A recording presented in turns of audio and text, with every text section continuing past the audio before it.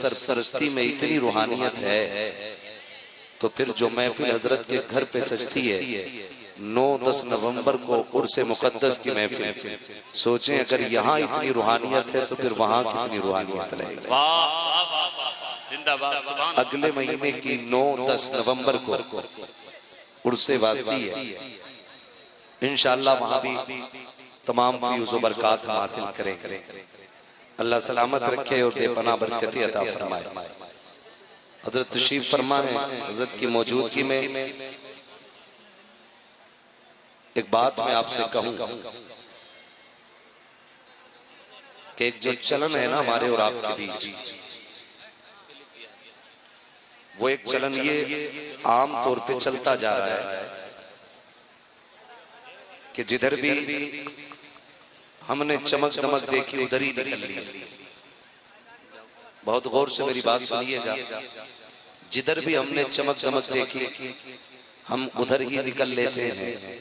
याद रखिएगा, यकदरगीर मोहकम गिर, एक चौखट पकड़ो मगर मजबूती के साथ पकड़ो। एक कहावत है कि धोबी का कुत्ता न घर का न घाट का, ये आसानी से समझ में आएगी बात। कभी इधर कभी उधर इस तरह से बरकतें मयसर नहीं होती हैं। मुझसे एक साहब ने कहा, मेरी यही गुफ्तगू सुन के कहने लगे, जनाब आप ये बात कह रहे हैं तो फिर आप बताइए कि आप मुरीद ताजुश शरिया के हैं, फिर बिरग्राम शरीफ क्यों जाते हैं? तो मैंने कहा, हम पहुंचे नहीं हैं, हमें पहुंचाया गया है,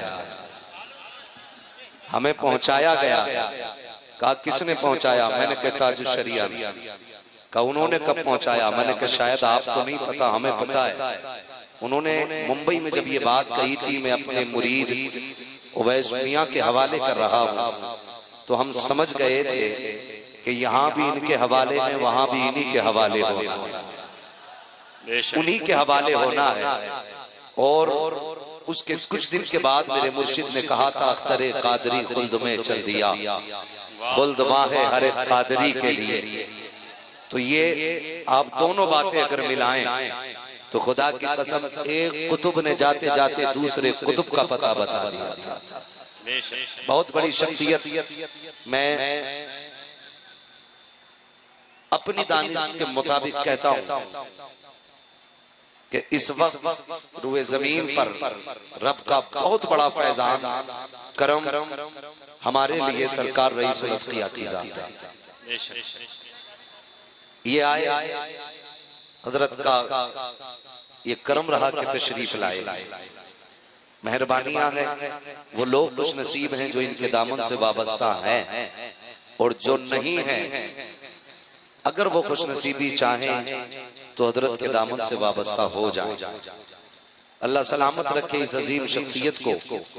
हम जब हजरत के कभी कभी करीब होते हैं ना, तो तसव्वुफ और यूं कहें कि शरीयत और तरीकत दोनों का संगम नजर आता है। वरना अक्सर ये देखा जाता है कि बाप मरा, बेटा पीर,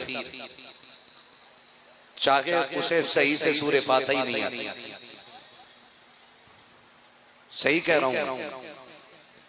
और हमारी कौम इतनी कम नजर होती जा रही है, इस चीज में कभी हम गौर ही नहीं करते कि पीर किसे बनाना।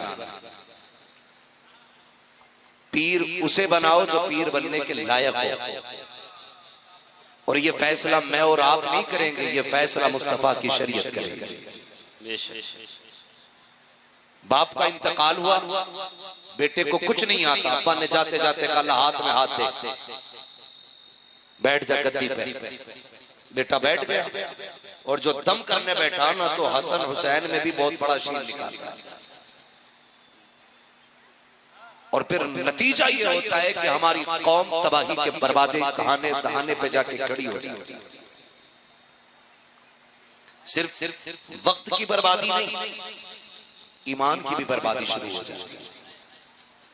ऐसे ही कम नजर लोगों की वजह से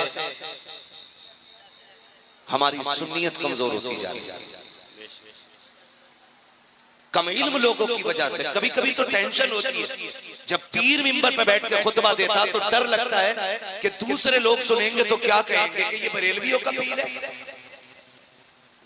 ये बरेलवियों का पीर है, क्या कहेगी दुनिया।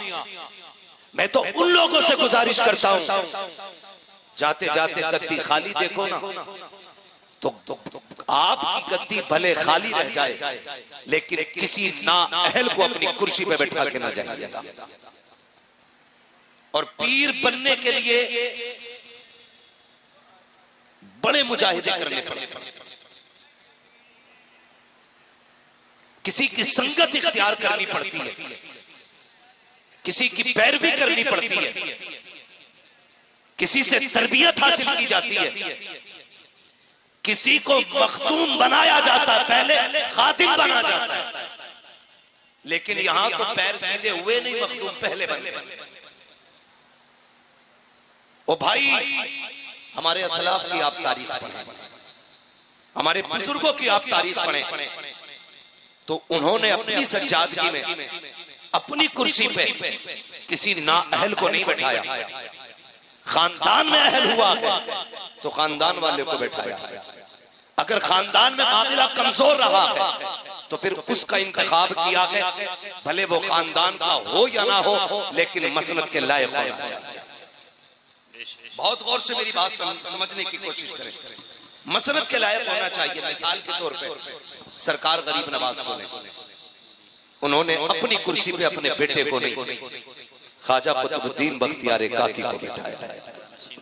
अपना जानशीन ख्वाजा कुतुबुद्दीन बख्तियार काकी को बनाया और ख्वाजा कुतुबुद्दीन बख्तियार काकी ने अपने बेटे को नहीं, उन्होंने बाबा फरीद गंजे शकर को अपना जानशीन। पढ़े ना ये तारीख।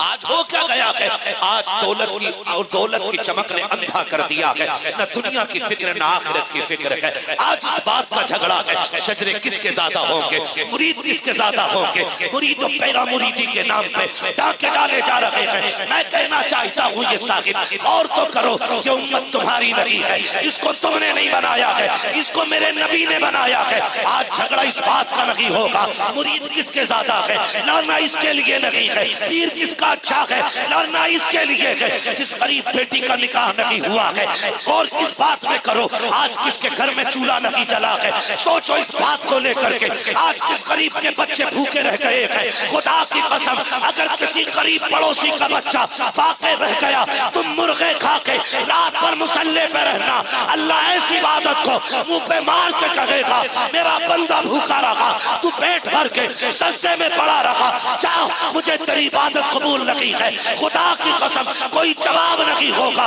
अगर उम्मत की भलाई चाहते हो, अपने लिए नहीं, मुस्तफा की उम्मत के बारे में गौर करना शुरू। ये झगड़े नहीं है